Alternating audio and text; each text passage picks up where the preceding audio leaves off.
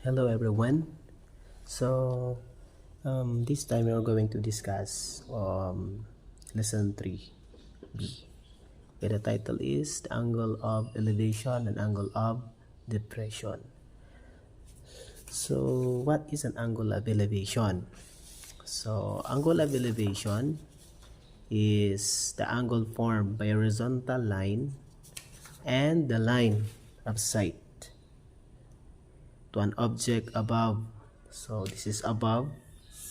Yan. Above the horizontal line. So what do you mean by this? We will use that in using this illustration.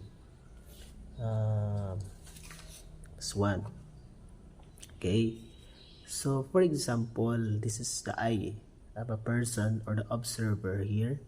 And if we have here a horizontal line, so horizontal line is like this, and there is an object above the horizontal line. So may the object, meron siyang object dyan, meron above the horizontal line, and if it observes the object, for example this is the ball, observes the ball, this line is called the line of sight. So the angle in between the horizontal line and the line of sight is called the angle of elevation. So mark it as theta. The angle theta here is the angle of elevation. Now, what about the angle of depression?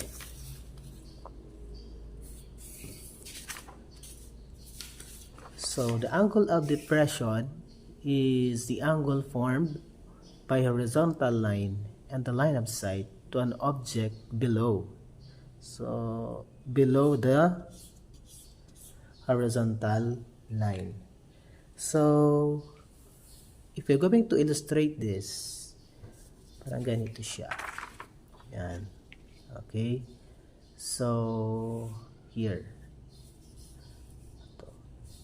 So this is the, for example, this is the eye of a person or the observer, and this is the horizontal line.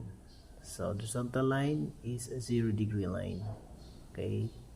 And then it observes an object below the horizontal line. For example, there's an object here, a fish, for example. Then this is the line of sight going to the fish, and the angle formed by the horizontal line and the line of sight is called this one is the angle of depression. Because I'm depressed, it's going down. So that's, if the theta here is our angle of depression. Again, so that is formed by the horizontal line and the line of sight below the horizontal line. This is called the angle of depression. Now let's have examples. Okay, for example, number 1. Here we go. We are going to identify whether the given illustrates an angle of elevation or angle of depression. So in here, we have here a tower. Okay, a tower, and there is a horizontal line. There is an observer here on the boat, and it observes to the top of the tower. Okay, so if this is the observer here, then the angle formed by the observer, okay, in between the horizontal line and the line of sight. So this is the line of sight.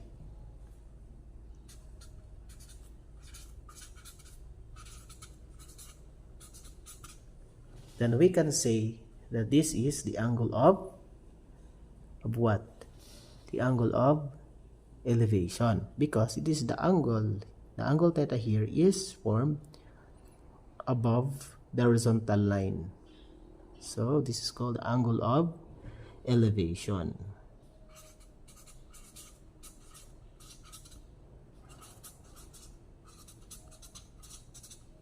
So this angle here is called the angle of elevation. So take note of these words below the illustration is the right triangle can be superimposed on a figure because we are going to use trigonometric ratio to solve for angles or sides. So if this is here and we have the tower which is always perpendicular or 90 degrees between the horizontal line and the tower, so this is the altitude or the height. So we can identify this one as the height or altitude. All right, here this is the altitude or height. Okay, so this is the altitude or height. So again, we can draw here a right triangle because our purpose here is to find the measures of the sides or the angles. Anyway, let's move on. So let's have example number 2. Yeah, example number 2. If we have a ship or a boat and this one, an airplane for example, and the observer is here on the plane, on board on the plane, nandito siya sa plane, tapos it looks down to the boat, and we already know that this is horizontal line, and if we draw a line here, this will become the altitude or the height of the plane, from the boat to the plane. So this is the altitude or height. Remember that this is 90 degrees and this is the altitude here. Now this is the line of sight. Okay, so this is the horizontal line. So let's identify, this is the horizontal line,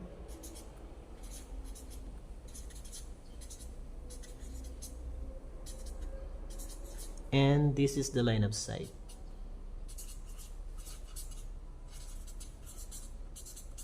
From the plane, from the observer. So the angle formed between the horizontal line and the line of sight that's below the horizontal line, the theta here is our angle of elevation. Correct? No. The answer is the angle of depression. So this is the angle of depression.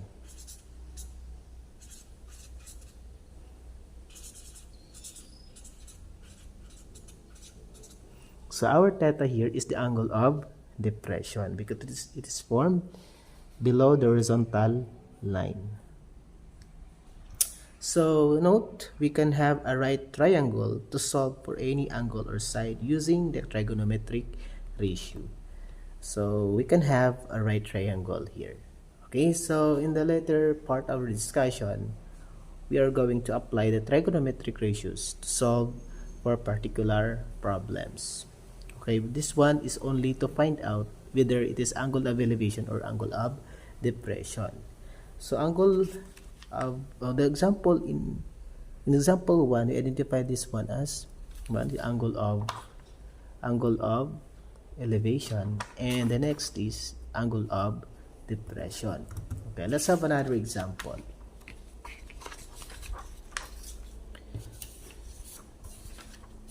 Here.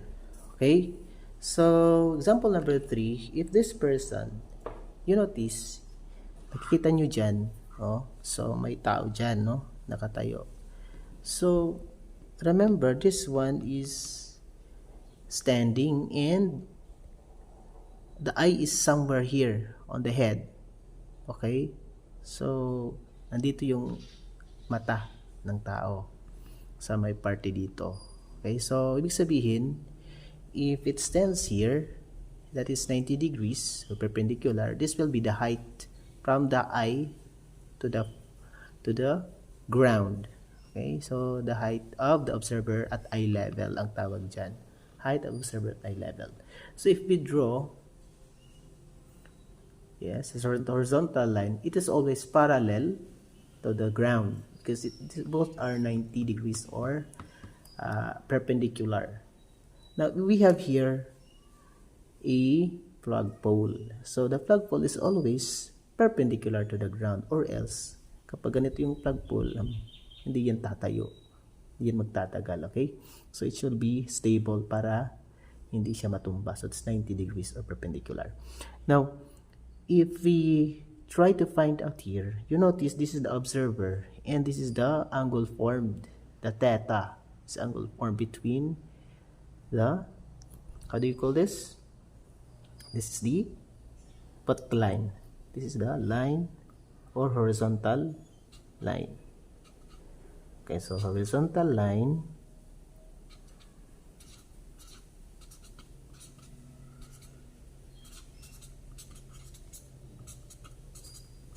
and what about this line here from the eye to the top of the flagpole? So this is the line of sight.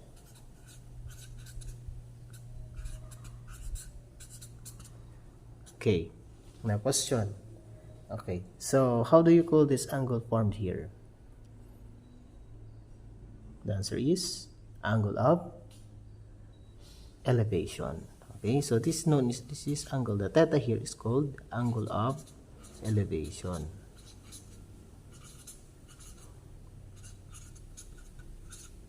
Okay, so let's move on. We try to identify this word problem. Now, we're going to try to solve a word problem like this. Sige. Let's try. Let's read. Okay, from a 45 feet light tower, a watchtower spotted a boat which makes a 22 degrees angle of depression. Okay, how far is the boat from the base of the light tower? Okay, paano natin solve yan? So dito muna sa side. So first, we have to think that we need to draw the illustration. So you can draw like this, okay, an illustration of the problem so that we can easily visualize. Nakikita natin yung itsura ng mga triangles. Right, so we have here a tower. Okay, so the tower is 45 feet. Okay, so the height of the tower is 45 feet. So we're going to, on this point here, going here is called 45. Okay, 45 feet. Right, that's 45 feet. Now we have a boat here. So a watcher is somewhere here on top, looking down on the boat. So if this is the horizontal line,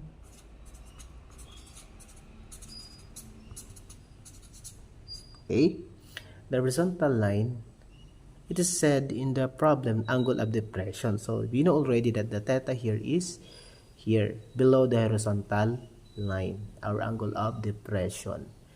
Now, how far is the boat from the base of the tower? So how far is this boat from the base of the tower? So this one is also another horizontal line. Remember that this is also a horizontal line. If this is 90 degrees, this is also 90 degrees. Therefore, these are just congruent.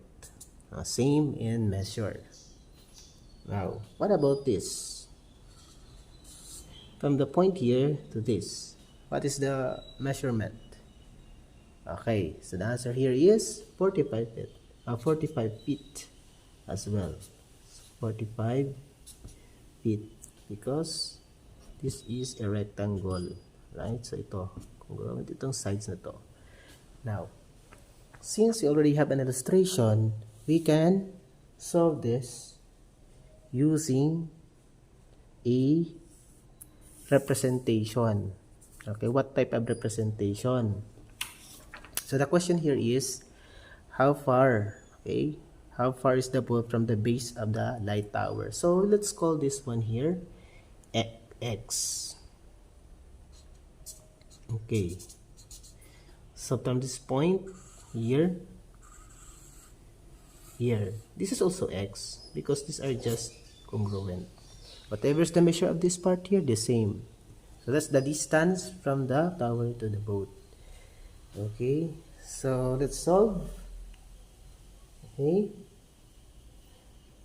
gagawin natin, we are going to have a solution. So let's start with the first step. Since hindi natin yung, let's denote that x is the distance. Okay, the distance. Okay, the boat. And say how far, it talks about distance. Okay, so distance. How far is distance? So let x be the distance. Okay, distance.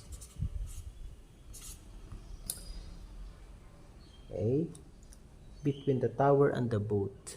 So between the tower and the boat. Okay, so what is the thing that we need to understand? If we're going to take a look at this triangle here, what is being asked is this side here. So yan. So if this is the theta, okay, so this is the opposite side and this is the adjacent side. Now, what trigonometric ratio are we going to apply? Is it sine, cosine, or tangent? Okay, the involved here are opposite and adjacent. This is our theta. Now, the answer is tangent. Okay, so tangent. Okay, tangent theta, our theta is 23, is equal to adjacent. Adjacent side. By the way, this is adjacent from the towa itself. Okay, so that is opposite, sorry. It's opposite side over adjacent side. Okay, opposite over adjacent side. So let us try to substitute the value. So this will become tangent. The theta here is 23 degrees is equal to the opposite over adjacent. So opposite of 23 degrees is 45 divided by adjacent here is we don't know, and that is denoted by x.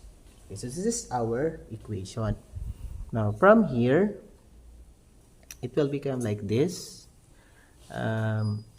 Remember that we have here 1 as our denominator. We're going to do the cross multiplication. Okay, cross multiplication. We have x times tangent 23. So tangent 23, we start with x, tangent 23 degrees is equal to, then you do the cross multiplication, 1 times 45. What is the answer? 1 times 45 is equal to 45 only. Okay, so 45. Now, okay, let us write here 1 times 45, or 1 times 45. Now let's do the multiplication. X times tangent 23 is equal to x tangent 23. Same. Okay, is equal to 45 times 1 is 45. You're not going to multiply x from tangent 23 because x is an unknown variable. So what will you do? You do the division property of equality. So divide. Our concern is to find the x. Hanapin lang natin x. So we're going to eliminate the tangent 23. So we'll do like this. So x tangent 23 degrees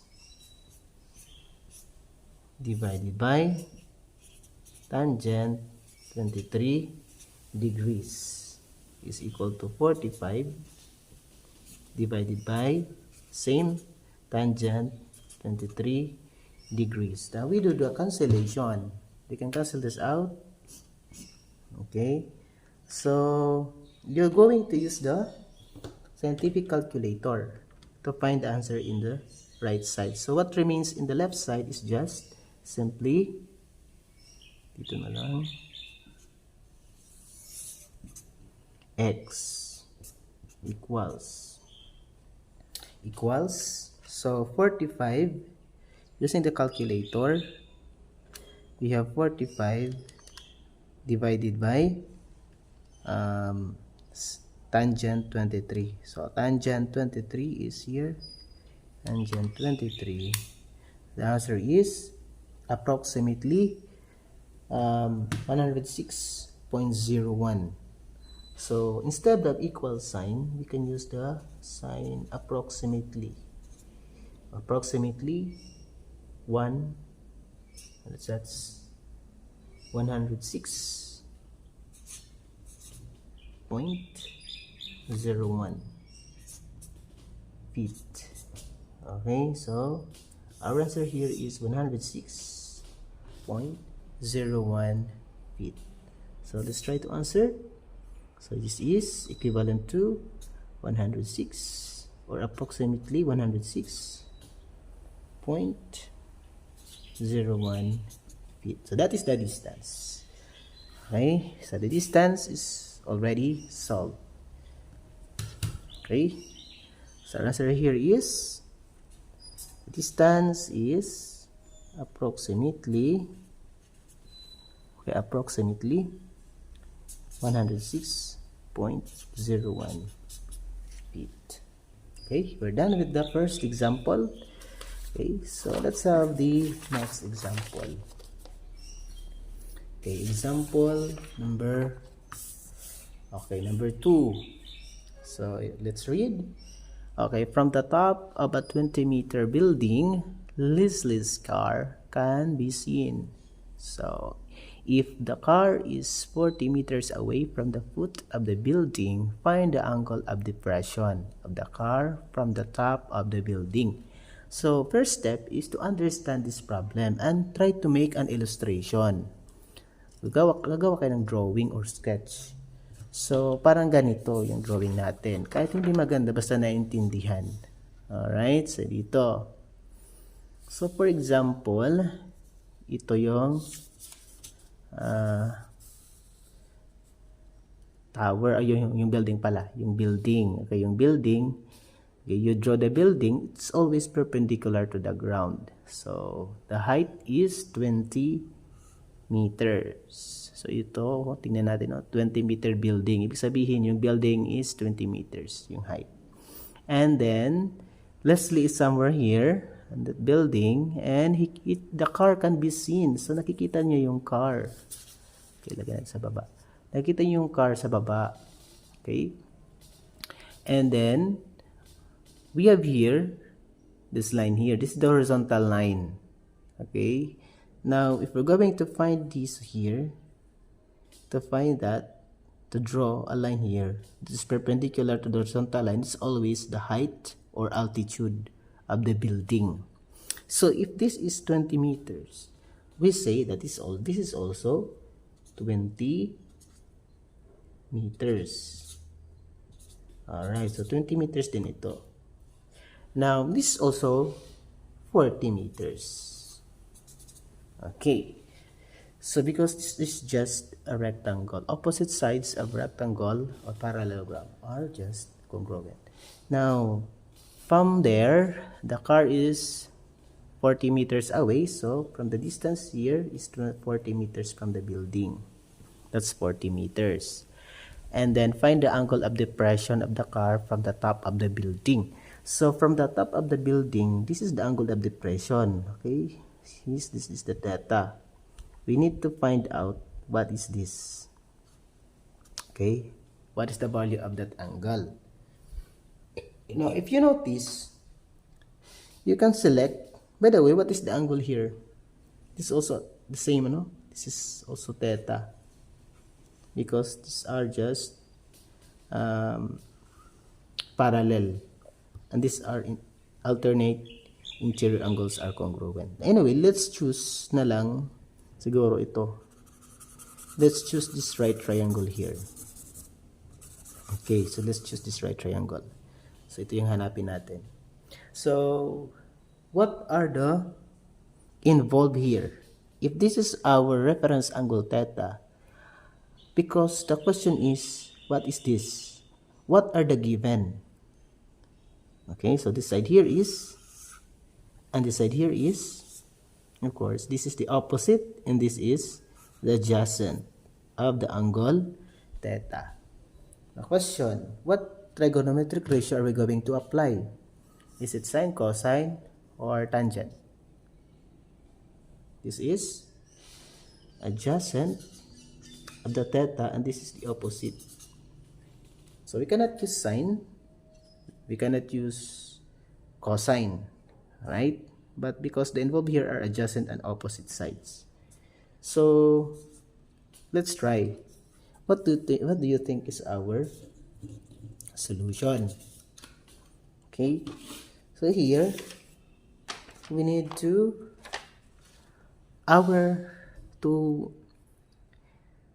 form an equation. So since we are going to use the opposite, adjacent and opposite, we try to use tangent theta equals opposite side of the theta divided by the adjacent side of the angle theta. Now my substitution, so we can replace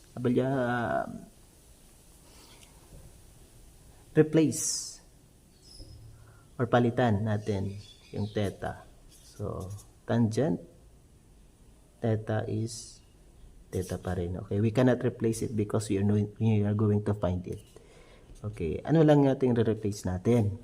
Ito lang, yung opposite ka adjacent. So the opposite of the angle theta here is it? Yeah, it's 20 divided by adjacent is 40 meters. Anyway, so we need to find out what is this angle. Do you have any idea? Okay, so it's like this. We need to eliminate the tangent here. Okay, so tangent theta. This is just a process to eliminate the tangent. Pero hindi kailangan maghiwalay itong dalawa. Okay? So kasi parang isa lang 'yan. Anyway, yung ginagamit natin dito ay ano lang. Paano tinatanggal yung tan. Okay? Tan is equal to 20 over 40 all over tan. Okay? All over tan. So, maglalagay tayo ng all over. So, we can now cancel out the tan word. The tan. What remains, ano lang dito natira? Okay, what remains is the theta. Okay? So, what will happen to this? Tan. Remember, tan has a 1 here. Meron siyang 1 na secret, no? So, we're going to copy the numerator, 20 over 40 times. Okay, get the reciprocal of tan over 1, it will become 1 over tan. Okay, so reciprocal. Okay, reverse. Okay, yung tan nandito sa baba, yung 1 nandito nasa taas. Alright? So, we have here theta is equal to 20. That's 20 times 1 is 20. And tan 40. Tan 40 degrees. So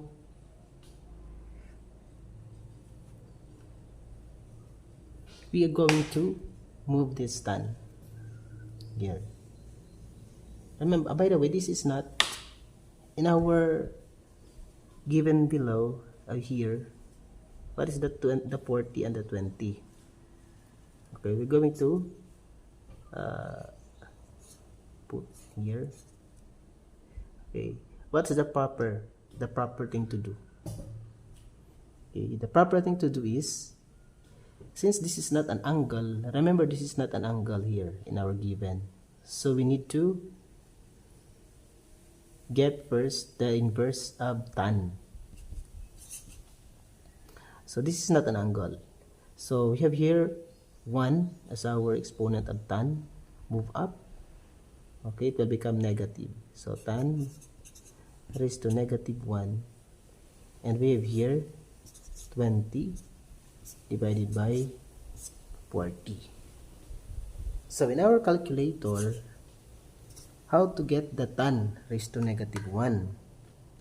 So tan, just press shift or second function in other calculators.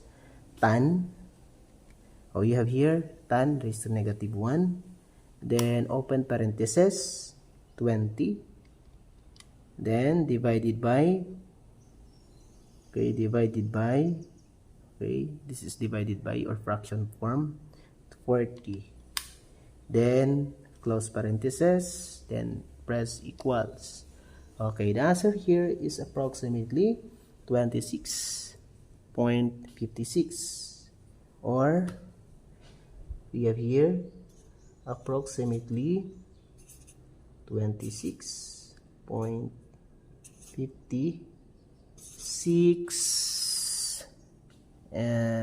5 and so on, 5. So we'll not include other decimals. So if we're going to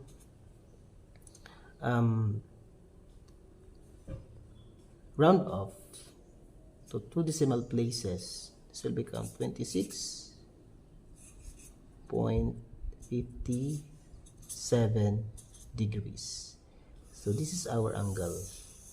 Okay, that's 26.57 degrees. Okay, why 57? Because we have here 5 here. 5 is, in our rule, you're going to add 1 here on the next, the number to the next, to the left of that. This is 5 or more, 5, 6, 7, 8, or 9. So from 6, they become 7. Okay, so that is rounded off. So our answer here is the angle of depression is approximately 26.57 degrees. So our answer here is the angle of depression is approximately 26.57 degrees. That's the answer. Now, let's have the last example. Okay, the last example is this one, example number 3. Okay, so let's read. Anthony is looking at a tower which is 80 feet away. The angle of elevation to the top of the tower is 39 degrees. If his eyes are 5.5 feet above the horizon, how tall is the tower? Okay, how are we going to answer this word problem? So remember, we are going to use illustration or drawing. Okay, so maybe it's like this. Parang ganito yung drawing natin. Okay, so ito yung ano, yung character si Anthony. So for example, this is Anthony. Okay, so Anthony is looking at a tower, and the distance is from Anthony to the base of the tower is 80 feet. So you're going to draw it horizontal line, and the angle of elevation, don't forget the tower is here. You also need to draw the tower. Now, the angle of elevation from the eye, okay, from the eye to the top of the tower here is 39 degrees. So that is the theta, 39 degrees, the angle of elevation. Now, we have here from the eye going to the ground, from the ground to the eye of Anthony, the height is 5.5 feet. So, if this is 90 degrees here, we can also say that this is also from this point here to this point here is 5.5 feet. And remember, this is also 90 degrees. Okay? Now, the question now is, how tall? Okay, how tall? Okay, because his eyes are 5.5 above the horizon. This is the horizontal line or horizon.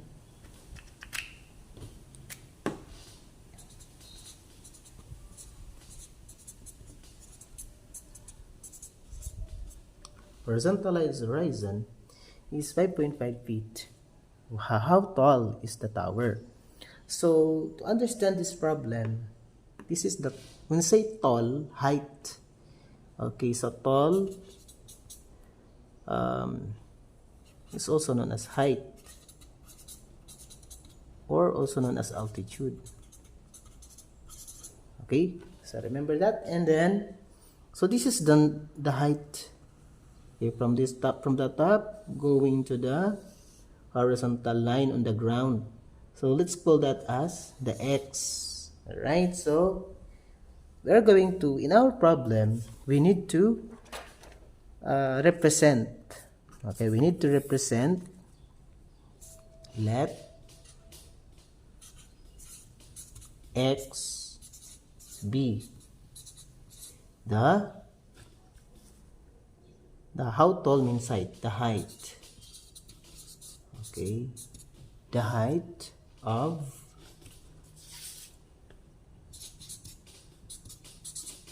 the tower. Okay, the height of the tower. Now, since this is, if this is the height of the tower and this is 5.5 feet, what is the distance here or height? Alright, so we could call this, tatawagin natin yan, x, this x minus this 1. So it will become like x minus 5.5. Remember, this is x and this is 5.5. Therefore, the distance from this point to this point is only x minus 5.5. So, babawasan natin ng 5.5 ito. So, ito na lang. So, x minus 5.5 is the distance from this top to this point above the eye level. Now, the question is, what is this height here? Okay? So, to answer this question, dito tayo magpo-focus. Okay? We need to focus on this right triangle. Ito. Okay? So, the involved here are x minus 5.5 and the 80 feet and the 39 degrees. Okay, now question. What trigonometric ratio are we going to apply to find the side x minus 5.5? Is it sine, cosine, tangent? Okay, the answer is, okay, if this is the angle here, reference angle theta, this is the opposite, this is the adjacent. So all opposite and adjacent sides are involved. So we can use tangent. Okay, so our trigonometric ratio here is tangent. Okay, let's solve. So tangent theta is equal to opposite side over adjacent side. So let's solve. We're going to replace the theta is 39 degrees. So tangent 39 degrees is equal to opposite over adjacent. So the opposite side, the opposite side of the 39 degrees is x minus 5.5. So x minus 5.5. Okay, divided by the adjacent is, this is the adjacent side, so this is 80. Okay, so here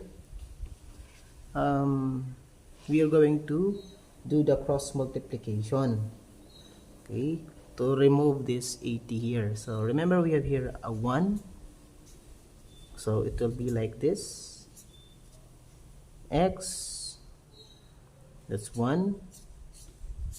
Okay, then do the cross multiplication there, so to become 1 times x minus 5.5 is equal to, cross multiplication here, so we are going to use the parentheses, so 80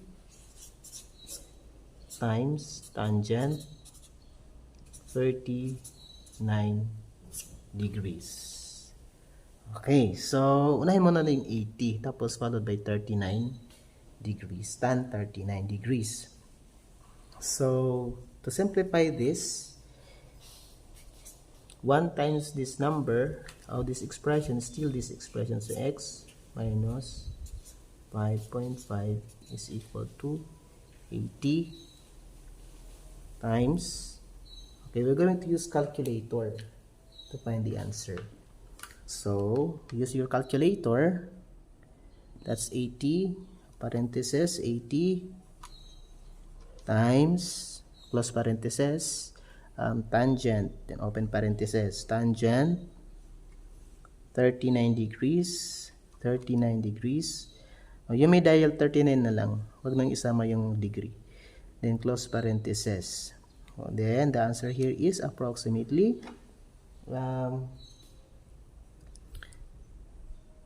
what is the answer? 61. Okay, so 61.78 is it? And that, okay, so in other words, we have here, copy muna natin, tangent 39 degrees. Okay, going here, ito na lang, so magiging x na lang dito. You're going to move this negative to the other side, so it will become positive. So 80 times tangent 39 degrees plus 5.5. So approximately, if you're going to use the calculator, it's approximately 70.28 feet. So that's our answer. Okay, I wasn't able to get the value here because my calculator is blurred. Anyway, but the answer here is 70.28 feet. Okay, so that's all. See you in the next lessons.